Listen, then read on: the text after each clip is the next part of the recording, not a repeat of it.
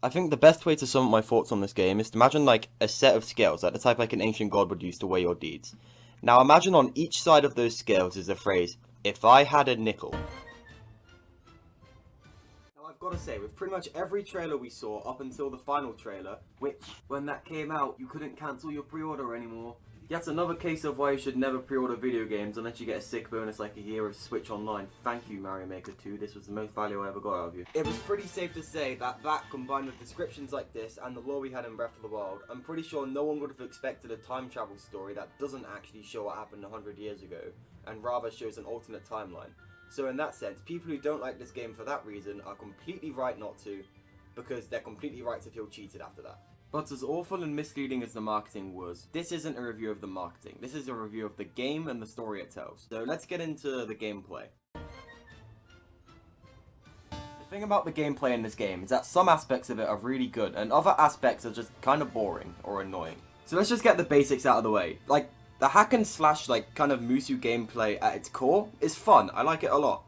I like stuff like perfect dodging and flurry rushes and the weakness things, but I don't know, a lot of these maps, like particularly what I noticed was the Master Sword level with Astor, it just screamed, I need a jump button. On the pedestal where the Master Sword is, I remember Astor was on one side and I was on the other, and me having played Breath of the Wild thought, I could just climb over it or run over it. Like, cause in the game you can just like walk up to the thing and get up, you don't even have to jump or anything, or just jump over it.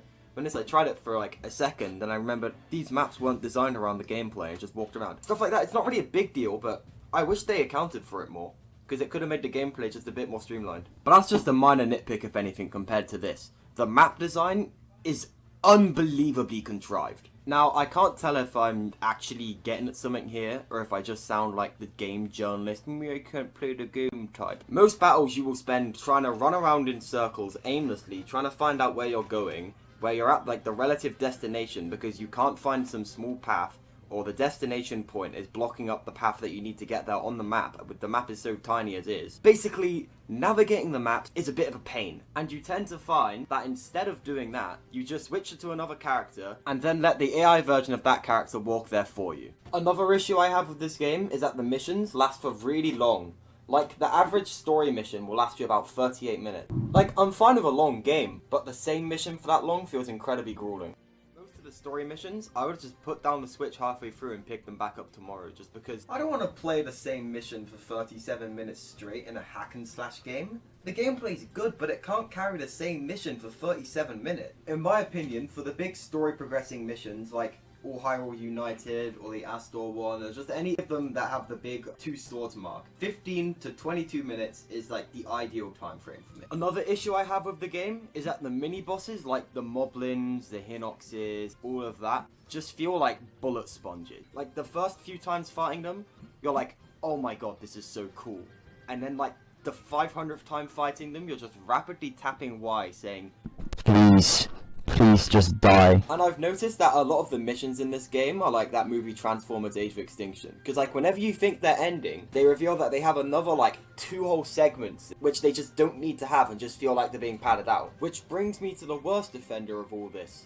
All Hyrule United. This mission's pretty great at first, but then this one cutscene happened. And you have to do everything again. This long, boring bullet sponge mission as is, you need to do all over again because of the blood moon. So you do that, and what's that? This mission should be longer? How about you do that exact same thing again for the 3rd time in a row? Seriously, did we really have to do this 3 times? Why couldn't we have just done this once or twice and then faced the Malice Lionel? Why? Why did we need to do this exact same thing, which takes long as hell anyways, 3 times in a row? Also, the Divine Beast missions are incredibly hit and miss. The Mipha and Urbosa ones are great and really fun, whereas the Daruk ones are just okay and the Revali ones are pretty boring and clunky. Also, the technical stuff in this game really is not as bad as people say it is. I've seen people call the frame rate downright unplayable, which is just a complete stretch of the imagination. The frame rate, while not ideal, is fine, and people are getting way too fussy about it. However, load times are a bit of an issue. Most cutscenes, you'll have this awesome cutscene that really hypes you up to play, and then you wait 2 minutes or so to actually get in, and by the time it's loaded, you just stop caring. If they're gonna have long load times, could they not have at least have the loading screen then the cutscene happened, rather than the other way around. Okay, so for the sake of this video not going on too long, I'm going to split it into 2 parts. So that's the end of this video. What did you think? Did you like the gameplay in this game? Because I liked it a lot, but it does have a lot of glaring issues. I want to know your thoughts in the comments. I want to have some discussion. Yeah, I'll see you in part 2. Thank you for watching this far, and have a good day and all that.